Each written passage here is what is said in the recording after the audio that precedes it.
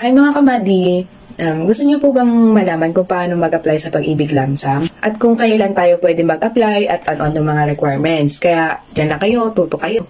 Para malaman nyo kung ano ang mga requirements at kung ano ba dapat gawin, kung paano nyo ma-avail yung Pag-ibig Lamsam. Paano nga ba kayo magiging qualify sa Pag-ibig Lamsam? Ang una, kailangan meron tayong Pag-ibig number. Para ma-identify na kayo ay member ng Pag-ibig. Pangalawa, kailangan ikaw ay may contribution o nakapaghulog sa Pag-ibig. Para magkaroon ka ng opportunity na makapag-apply ka sa Pag-ibig Lamsam. Dati, kailangan makasampung taon o 10 years ka bago tayo makapag-apply sa Pag-ibig Lamsam. Ngayon naman, ang update na ngayon ni Pag-ibig ay dapat naka 15 years ka sa paghulog o nakapaghulog ng contribution. At kailangan yung contribution nyo sa loob ng 15 years ay tinatawag nila dapat ito ay walang gap. Kumbaga dapat tuloy-tuloy yung hinuhulugan sa loob ng 15 years. Halimbawa, ngayon maghuhulog ka sa isang buwan, hindi ka makakapaghulog, hindi po pwede yun. Kailangan wala pong buwan na hindi nyo pwedeng mahulugan. Kailangan talaga lahat ng buwan na sa loob ng 15 years ay mahulugan nyo yun. At pagkatapos, dapat wala kang existing loan sa Pag-ibig. Dapat, kung halimbawa may utang ka or may loan ka sa Pag-ibig, kailangan maklear mo muna ito para ikaw ay ma-qualified para makakuha o makapag-apply sa Pag-ibig Lamsam.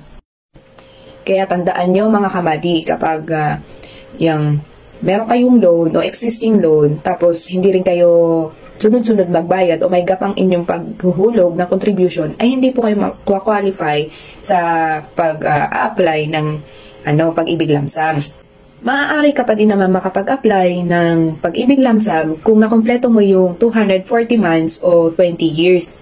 Ang kagandahan po sa 20 years, kahit hindi po sunod-sunod o may gap ang inyong paghuhulog ng contribution, ay pwede po kayong makapag-apply ng Pag-ibig Lamsam. Ano-ano nga ba ang requirements para makapag-apply ka sa Pag-ibig Lamsam?